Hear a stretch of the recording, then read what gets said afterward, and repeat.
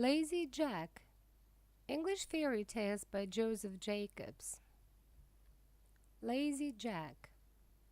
Once upon a time there was a boy whose name was Jack, and he lived with his mother on a common.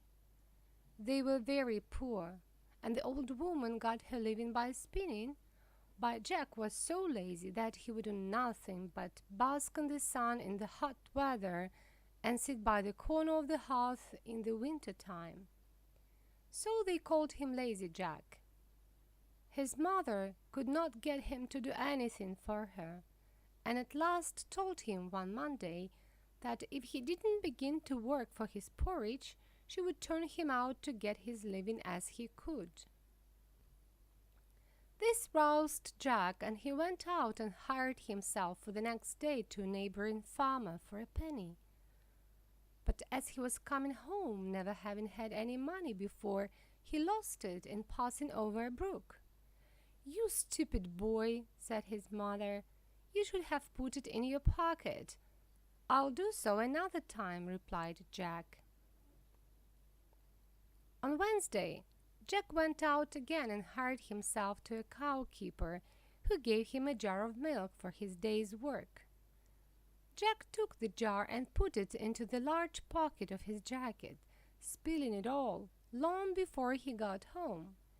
"Dear me," said the old woman, "you should have carried it on your head." "I'll do so another time," said Jack. So on Thursday, Jack hired himself again to a farmer, who agreed to give him a cream cheese for his services. In the evening, Jack took the cheese and went home with it on his head. By the time he got home, the cheese was all spoiled, part of it being lost and part matted with his hair. "You stupid lout," said his mother, "you should have carried it very carefully in your hands." "I'll do so another time," replied Jack. On Friday, Lazy Jack again went out and hired himself to a baker, who would give him nothing for his work but a large tomcat. Jack took the cat and began carrying it very carefully in his hands, but in a short time Pussy scratched him so much that he was compelled to let it go. When he got home, his mother said to him, "You silly fellow, you should have tied it with a string and dragged it along after you." "I'll do so another time," said Jack. So on Saturday, Jack hired himself to a butcher, who rewarded him by the handsome present of a shoulder of mutton. Jack took the mutton, tied it to a string, and trailed it along after him in the dirt, so that by the time he had got home, the meat was completely spoiled. His mother was this time quite out of patience with him, for the next day was Sunday, and she was obliged to do with cabbage for her dinner. "You ninny hammer," said she to her son, "you should have carried it on your shoulder." "I'll do so another time," replied Jack. On the next Monday, Lazy Jack went once more and hired himself to a cattle keeper, who gave him a donkey for his trouble.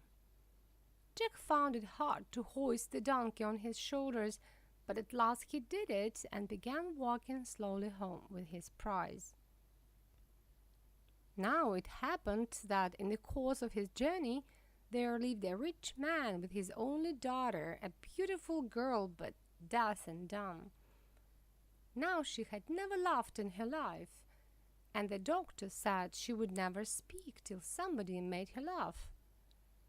This young lady happened to be looking out of the window when Jack was passing with the donkey on his shoulders, with the legs sticking up in the air, and the sight was so comical and strange that she burst out in a great fit of laughter and immediately recovered her speech and hearing. Her father was overjoyed and fulfilled his promise by marrying her to Lazy Jack, who was thus made a rich gentleman. They lived in a large house, and Jack's mother lived with them in great happiness until she died.